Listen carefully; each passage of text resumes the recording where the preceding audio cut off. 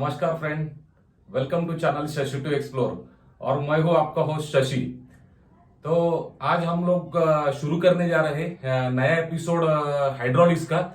जैसा कि last episode में हम लोगों ने लर्न किया था या डिस्कस किया था अबाउट द पंप। ओके, तो जो लोग अभी ये मेरा वीडियो नया देख रहे हैं तो मैं उनके लिए मेरा इंट्रोडक्शन देता हूँ। मैं हूँ Shashi and having 30 plus experience in the maintenance field and currently I am working as a senior manager in the maintenance department।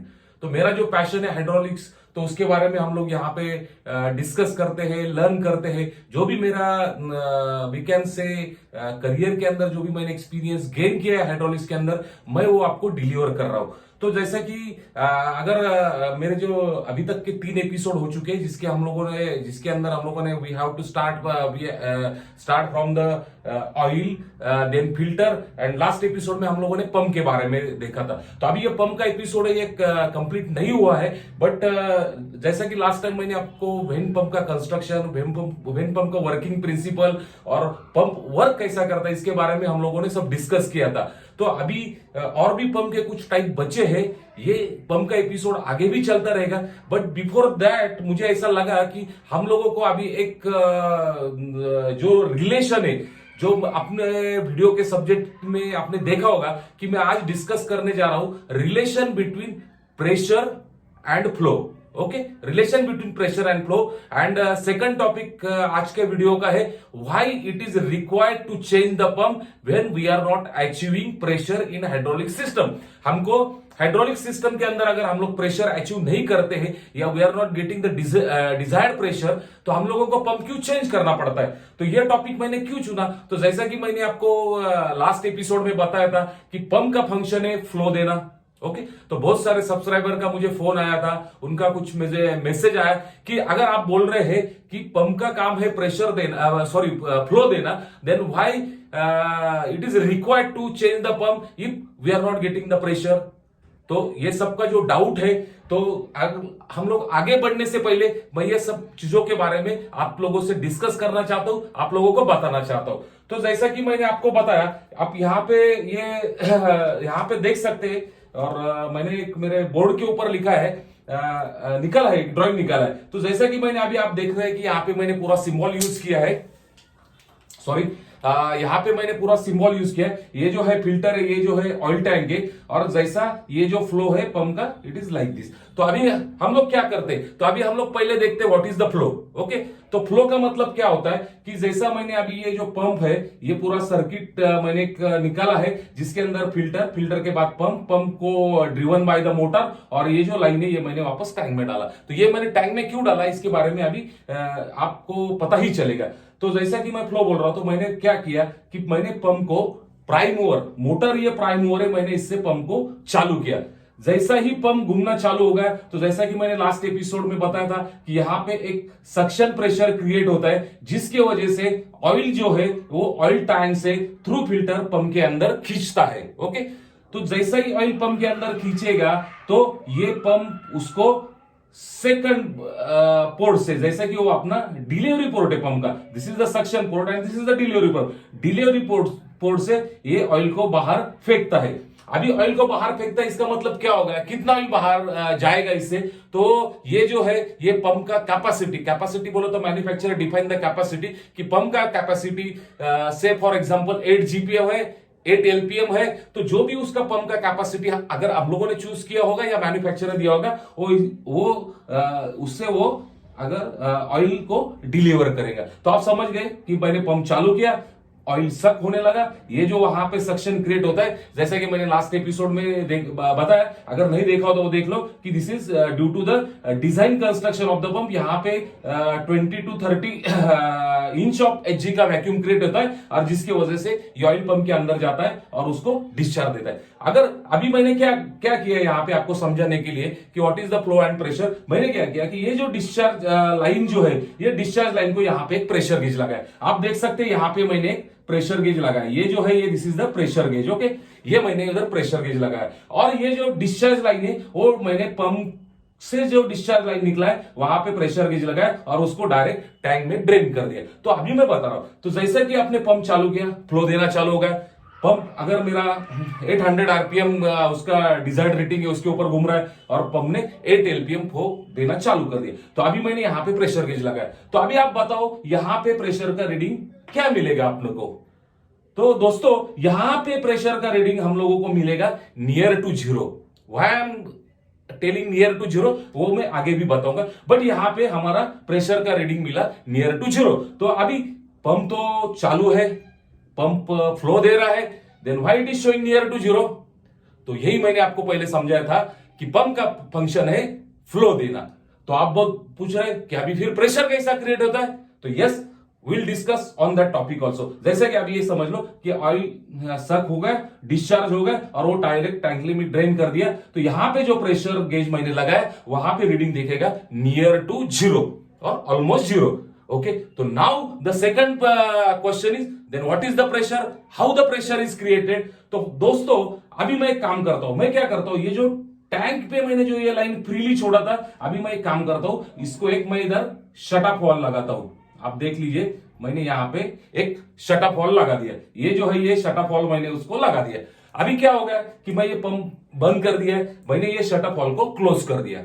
Okay, shut off wall को मैंने क्लोज कर दिया, इसका मतलब अगर मैंने पंप चालू किया तो ये जो डिस्चार्ज लाइन है वो डायरेक्ट टैंक में ड्रेन नहीं होगा। यहां पे मैंने शट ऑफ वॉल लगा दिया, इसका मतलब ऑयल यहां पे ही स्टॉप होगा। तो ऑयल यहां पे स्टॉप होगा। अभी मैं वापस वही एक्सपेरिमेंट करता हूं। मैंने क्या किया कि मोटर को चालू किया, मोटर चालू किया तो पंप घूमने लगा, पंप घूमने लगा तो ऑयल ऊपर जाने लगा और वो डिस्चार्ज होने लगा। अभी देखिए यहां से अभी ऑयल टैंक में फ्रीली नहीं जा रहा है, तो यहां पे वो आके रुक रहा है, पंप तो फ्लो दे रहा है, ऑयल इधर रुक रहा है। Then what will happen to this pressure gauge, this pressure gauge start moving. तो इसका मतलब ये प्रेशर गेज मूव हो रहा है, इसका मतलब ये जो लाइन है इसके अंदर अभी प्रेशर क्रिएट हो गया। ओके, तो ये ऐसा ऐसा ऐसा जा रहा है 200, 300, 350, 400। अभी प्रेशर कैसा क्रिएट हो गया दोस्तों, पहले केस में हम लोगों ने पंप को घुमाया था लेकिन प्रेशर नहीं मिला। अभी दूसरे केस में हम लोगों ने वही काम किया, पंप को घुमाया और अभी प्रेशर मिल गया। तो इसका मतलब है हमारा प्रेशर जो है that is resistance to flow. What is the pressure, resistance to flow. अभी आप समझ गए कि प्रेशर कैसा क्रिएट होता है। जो भी फ्लो पंप देता है उसको अगर हम लोग रिस्ट्रिक्ट करते, रेजिस्टेंस देते, तो वो हमारा प्रेशर बिल्टअप होता है। तो ये कंडीशन में अगर ये ऐसा प्रेशर बिल्टअप होना चालू होगा और ये केस में इतना प्रेशर बिल्टअप हो जाएगा कि ये जो इसका कैपेसिटी या जो भी उसका डिजाइन होएगा उससे अगर ऊपर गया तो ये ब्रस्ट हो जाएगा, डैमेज हो जाएगा, कुछ भी मेजर एक्सीडेंट होगा। तो ये सिर्फ मैंने आपको एग्जांपल के लिए बताया। Friends please do not experiment like this. Okay, तो दिस इज नॉट एडवाइजेबल, ये एडवाइजेबल नहीं ऐसा एक्सपेरिमेंट करना। मैंने सिर्फ आपको प्रेशर का कंसेप्ट बताने के लिए बोल दिया। तो इसका मतलब है कि पॉजिटिव डिस्चार्ज पंप जो है वो कभी भी आउटलेट या डिस्चार्ज क्लोज करके नहीं चालू करना चाहिए। तो आप अभी समझ गए व्हाट इज द फ्लो। अभी इसका मतलब क्या होगा कि अगर हमारा फ्लो नहीं क्रिएट होता तो प्रेशर नहीं क्रिएट होगा, because pressure is resistance to flow. Okay, so this is the correlation between pressure and flow.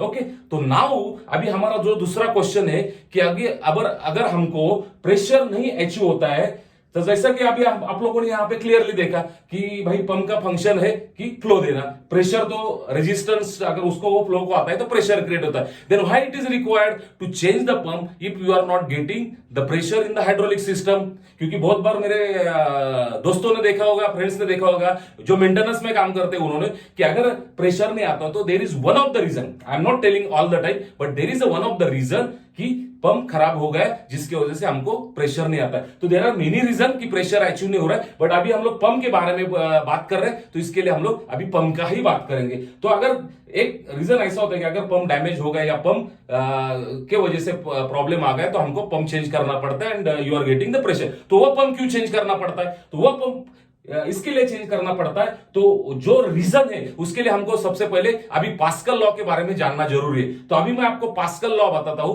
वो पास्कल लॉ अगर एक बार आप समझ गए तो आपको पता चलेगा कि why it is required to change the pump. तो चलो दोस्तों अभी मैं आपको थोड़ा पास्कल लॉ के बारे में बात करते हैं। तो friend okay, ready for the pascal law.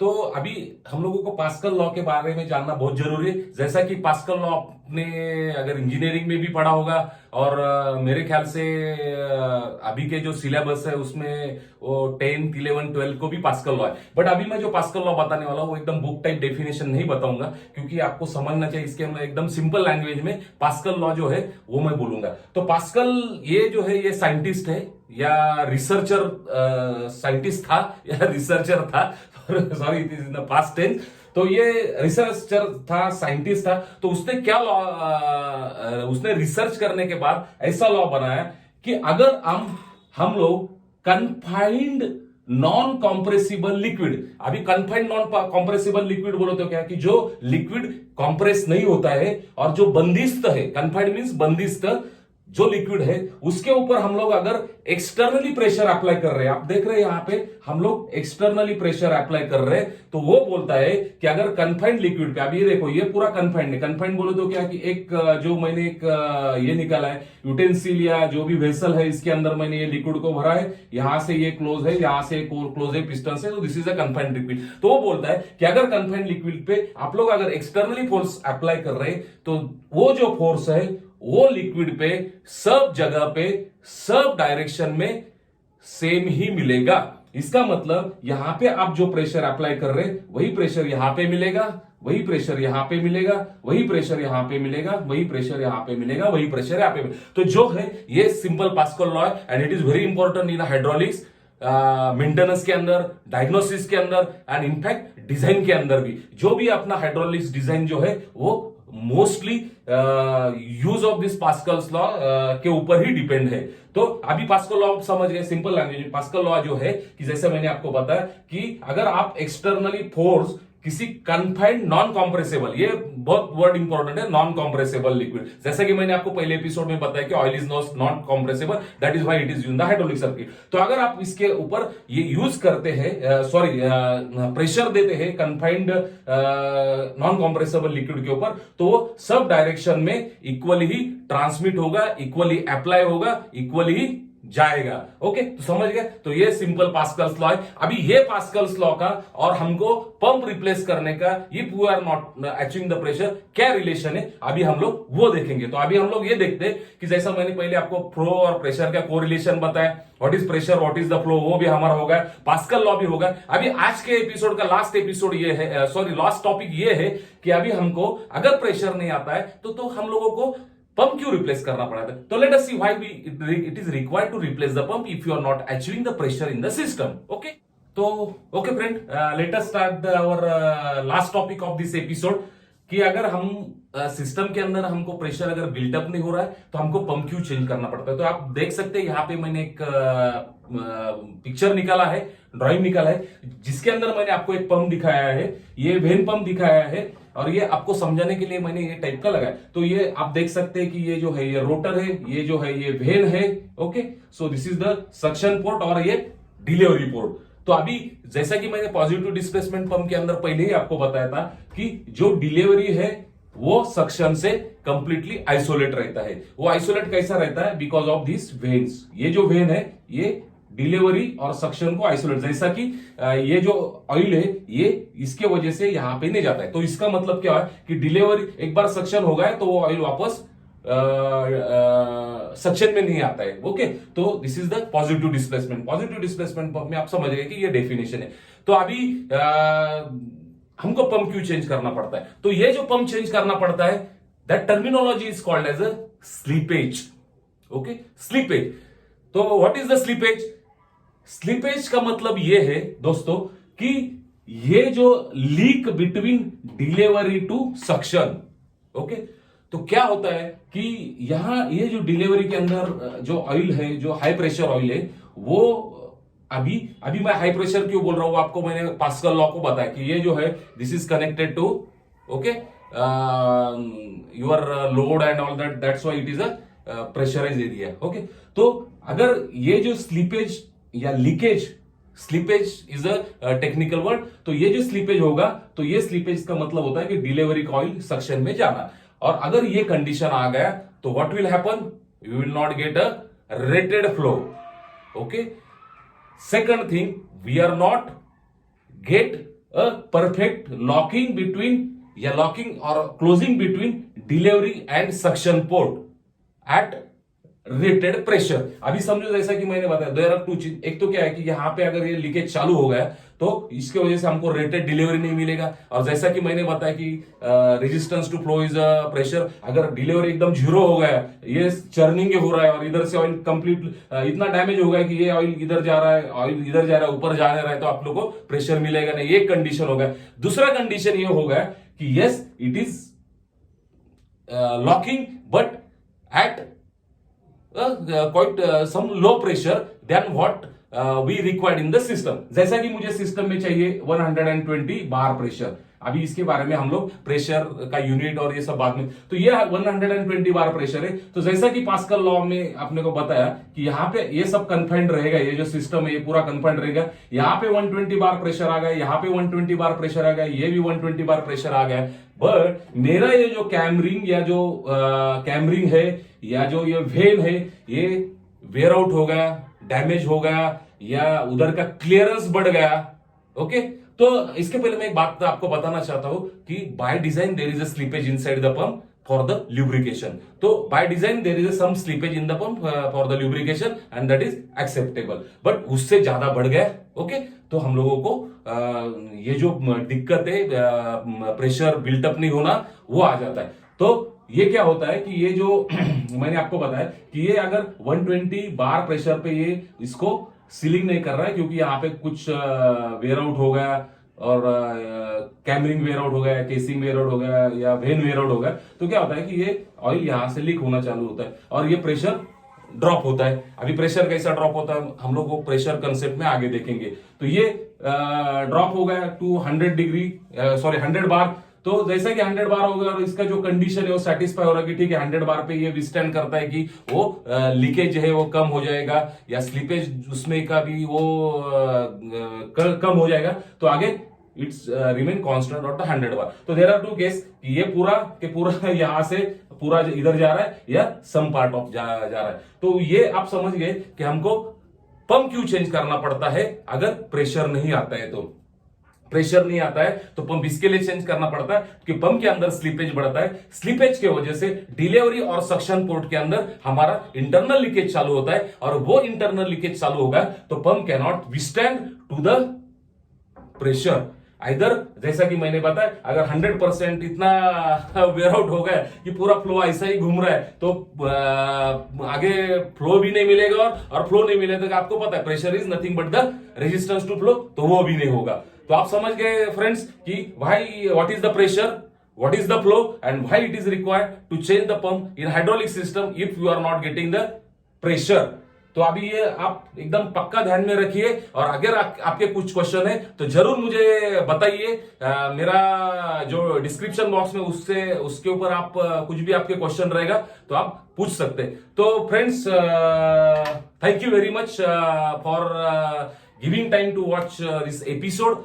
आप ऐसे बने रहिए, चैनल देखते रहिए, मेरा भी थोड़ा सा नॉलेज मैं आपको शेयर कर रहा हूं, आपका भी वीकेंड से नॉलेज लेवल बढ़ेगा, और मेरा भी नॉलेज अगर मैं ये सब बात करता हूं तो मेरा भी नॉलेज बढ़ता है, क्योंकि ये सब करने के लिए मुझे भी थोड़ा बहुत कुछ स्टडी करना पड़ता है with the experience, even I am having the experience in hydraulic also. तो दोस्तों thank you very much, bye bye, and thanks for watching the Shashi to explore channel. Bye bye.